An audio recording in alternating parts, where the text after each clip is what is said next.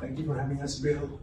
It's nice to see people in the industry and Every people. day, millions of Let's listen to the Filipinos video. face one of our country's biggest challenges: transportation. Endless traffic jams, inefficient public transit, rising fuel costs, and worsening air quality.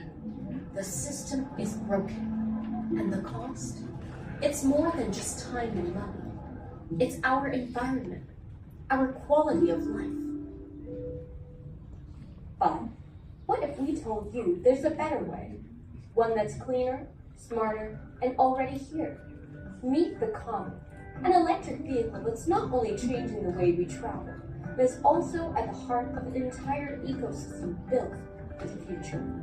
Since 2013, GET Philippines has been leading the way towards sustainable transport solutions, pioneering a future where travel doesn't harm our planet. We're not just a transportation service. We're dedicated innovators reshaping the way that people move. At GET, we built a fully integrated ecosystem that makes electric transport scalable, efficient, and sustainable. From our fast charging stations to real-time data systems and operational support, every element works together to create a seamless electric vehicle network serving communities nationwide. Our first and last mile solutions help employees and students reach their destinations safely and efficiently. And with the GetPass app, real-time tracking and seamless navigation puts them in control of every journey, ensuring smarter, faster travel. This is why leading corporations, educational institutions, and communities trust GET to deliver customized solutions that reduce their carbon footprint and improve their lives. We're not just building a better vehicle, we're building a better world. So join us in moving everyone to a better tomorrow.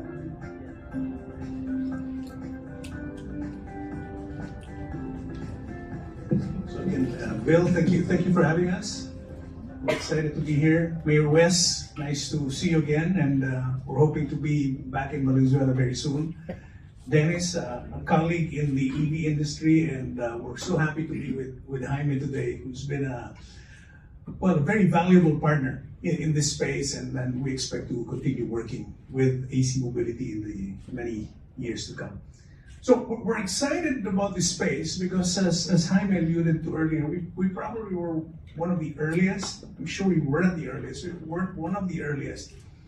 And so we have the most scars to show for this. I mean, if I knew then what I know now, this would have been such an easy transition. But, this is how you learn. So this is the compulsory slide for all of us who are in the EV space to discuss the problems. And we point out the problems because the business we're in really is a business of finding solutions. We didn't go into this to say, hey, we want to sell an EV. We said, hey, there's a huge problem in the world, in this country, and you're talking about pollution. You're talking about traffic. You're talking about high fuel prices. And there's a way to do it. And if you kind of see the scale of the problems that face us both on the traffic side, the economic impact of traffic, and the health impact of pollution, the EV stands out as something that you can bring in to address both. I mean, both Jaime has said it, Dennis has said it, Bill has said it, and any forum you go to, this is going to be a topic. We just think we approach it maybe a little differently from everyone else. This is our take.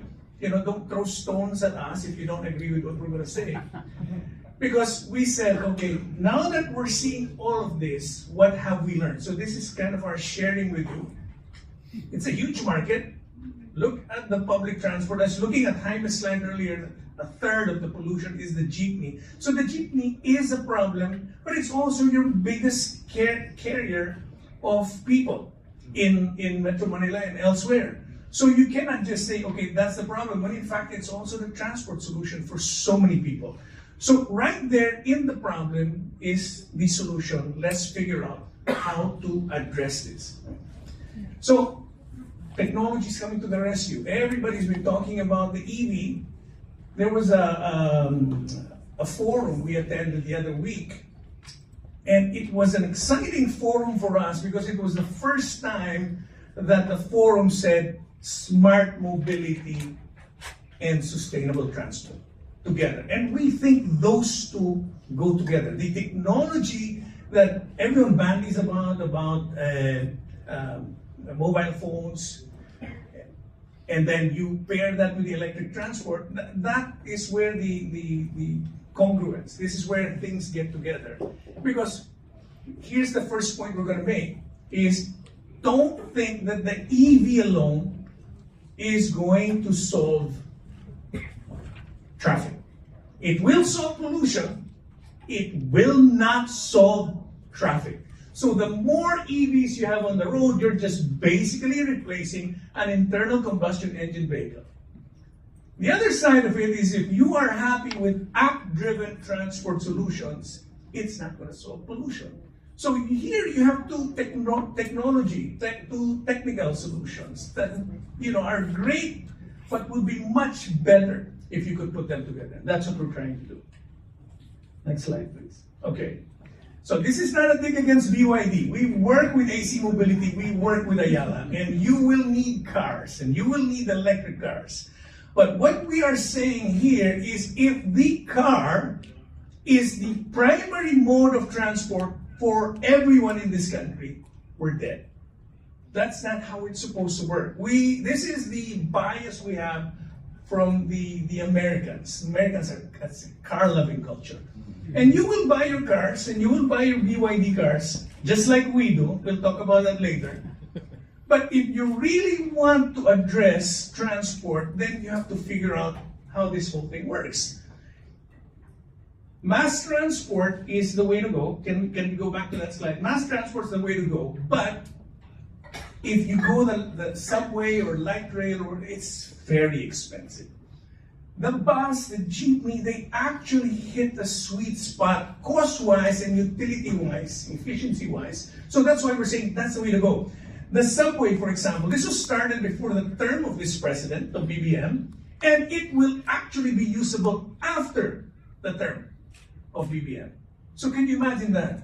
Can you tell the Filipino people, hey, we have a solution, but you gotta wait a decade for it. It just doesn't work that way. So this is what we're saying. The jeepney, the bus, the minibus, they're out there. They just have to be done in a better manner. And this is where the technology comes in. Next slide, please. So this is what we talk about. When we started in this EV space, people thought we were crazy. They just couldn't say it in my face because I was a former mayor and congressman. That's the truth, right? Now they can't say I'm crazy because I'm speaking with you guys. I'm with Bill Luz, I'm with Jaime Alonso. Okay, so I guess we're saying the same thing.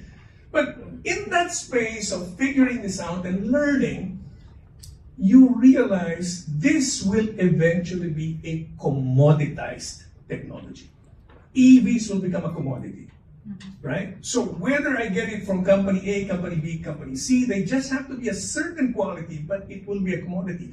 What is key to all of this is the people who use them and the people who run them.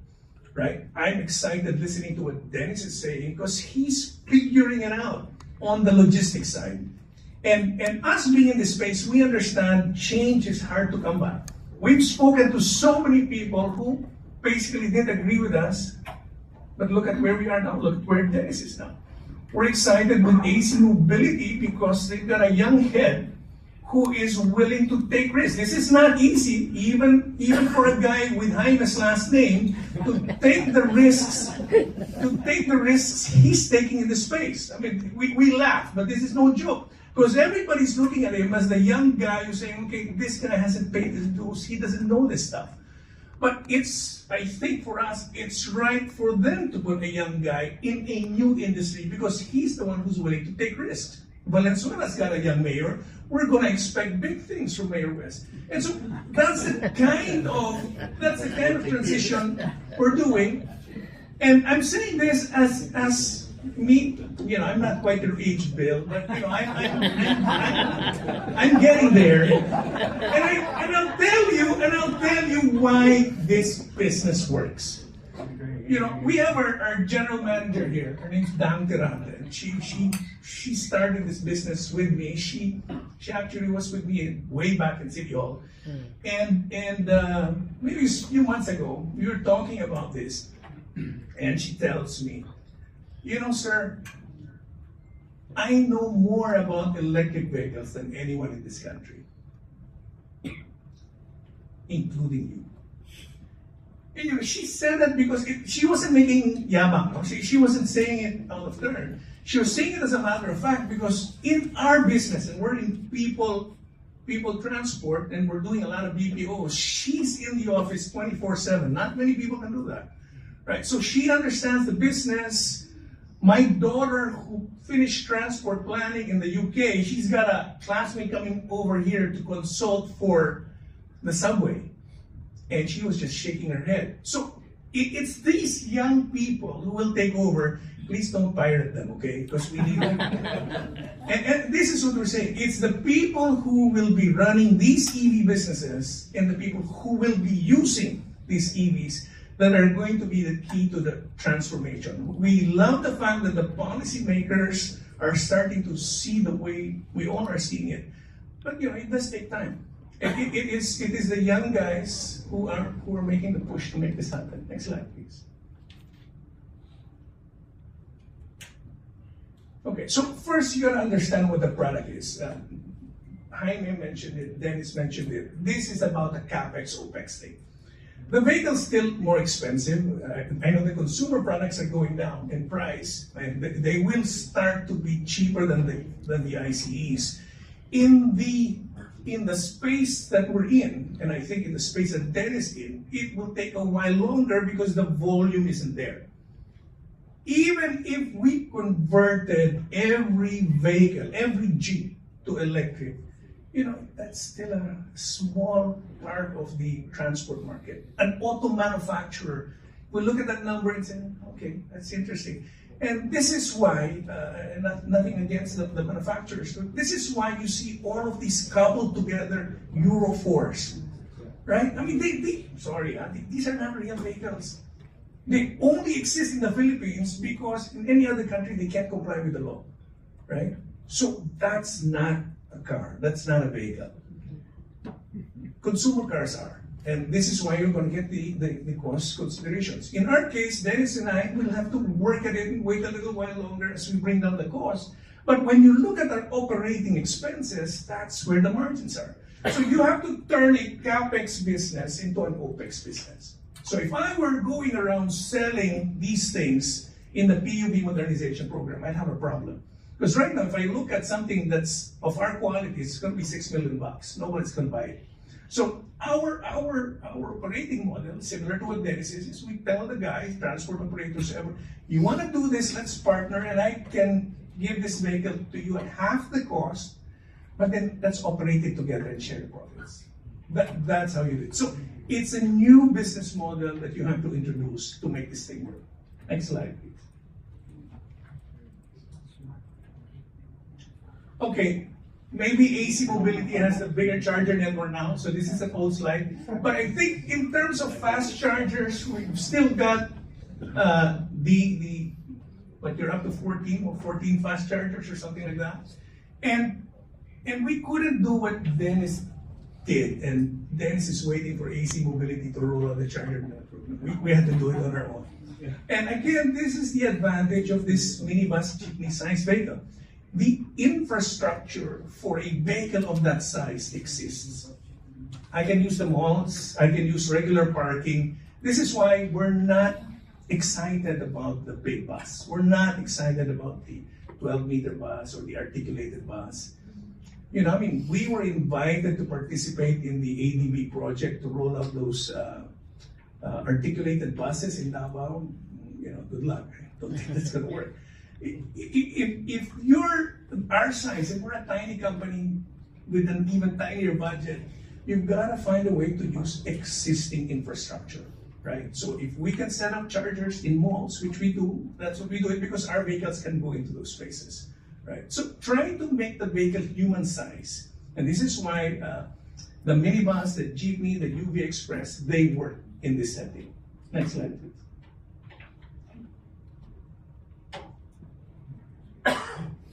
And then it's the customer. Okay, so this is what we want to do with transport. Bill said we do corporate shuttles, and that's the bulk of our business. We also do what's called shared shuttles, which is several users using the same space or the same bus.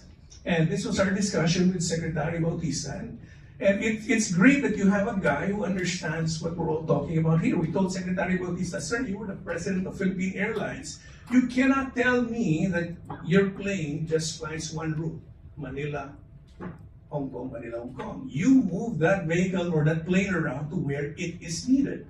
So why is Philippine transport route based? If I have a client in the morning, if I'm running a public route in the morning and I have a BPO at night, and I move my vehicle to the BPO client, then I'm technically out of line. So the route-based model is antiquated. And to be fair to Secretary Bautista, he agreed, and this is why we do what we do, right? We don't do cash collections. That's the one thing we don't do. And by not doing cash collections, and we get this, we also avoid pilferage. Because pilferage is a big deal in the public transport space, right? You know, driver gets money, and you know, driver's sweet lover, so he's gotta take care of somebody else as well. So you know, pockets a little change, it's good for him. So by knowing these guys, I know where Bill gets on, where Bill gets off. I know where Jaime gets on, where Jaime. You start tailoring routes, okay? Let me give you an example. You've got a smart elevator system here in this building, right? In this tower. So what you do here, right, is you press your floor, or they give you your floor, and they'll tell you which elevator to take. That's how transport works, or that's how transport should work. Can you imagine if you had a bank of what? You've got 8 elevators here. If you had a bank of 8 elevators here, and every elevator had its own owner. Had its own owner, and that, if that guy running that elevator said, okay, at 12 noon, I'm done, and he stops, that's your public transport system now. Bara-bara. No. So for us, we talk about EV, but it's really about creating a more efficient system. Excellent. Okay, I gotta run this. We got 1 minute, let's run through this. So we put it all together. Next slide, please.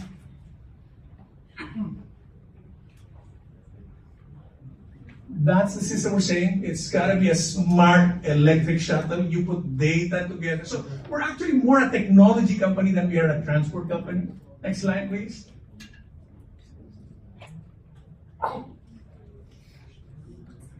Okay, so this is the Goldilocks space. I mean, you guys are going to get a copy of this anyway. And this is why we're in this space. The only flaw we have right now is accessibility, because we don't have enough of those vehicles. But if you start balancing this, and the one thing you've got to understand about passengers, they hate transfers. Okay, they hate transfers. So if I can give you a ride with minimal transfers for the same cost you're paying now, because you might think, okay, Jeep's cheap, tricycle's cheap, and all that. How many transfers do you make? Right? So this is all about understanding the passenger, the customer, and understand where they come from, where they go. So it's very similar to logistics.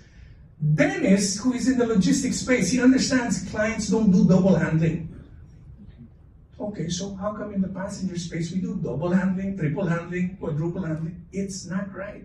This is why you drive cars. This is why you use cars, right? So, next slide, please.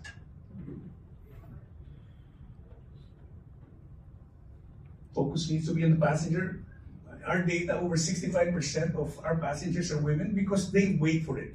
The guys, they don't care. Okay. The women, they wait kasi sabi nila, hindi raw bumabagsak yung buhok nila, their makeup doesn't run. We didn't know this, you know, we found it in interviews. Number 1 reason women ride our vehicles, walang chancing. Imagine that. Next slide, please. And again, we're the only ones that have PWD accessibility. So we've served over 3 million passengers. So, a lot of pain points. We've learned the only way you learn is by doing this. Next slide. Next slide, please. Yeah. Like Dennis, we're starting to get the big clientele. Can you give me a couple of minutes to wrap up? Next slide. So we're just saying it works. For those who are still doubting it works, we can work with the organization. We're up to we call it 6 because we didn't want to call it a 4. They said malas down, so we don't. And 5 wasn't good enough, so it's a 6. That new vehicle does 200 kilometers now, and it's cheaper than our old vehicle. So the technology is improving, right? And we will be back in Valenzuela very soon, Mayor West. Yeah. Next slide, please.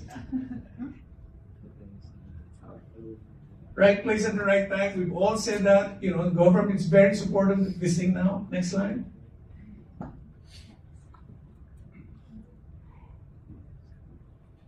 Yeah, so this is why. I didn't come from transport. We learned the hard way. Dennis didn't come from transport. Jaime didn't come from transport.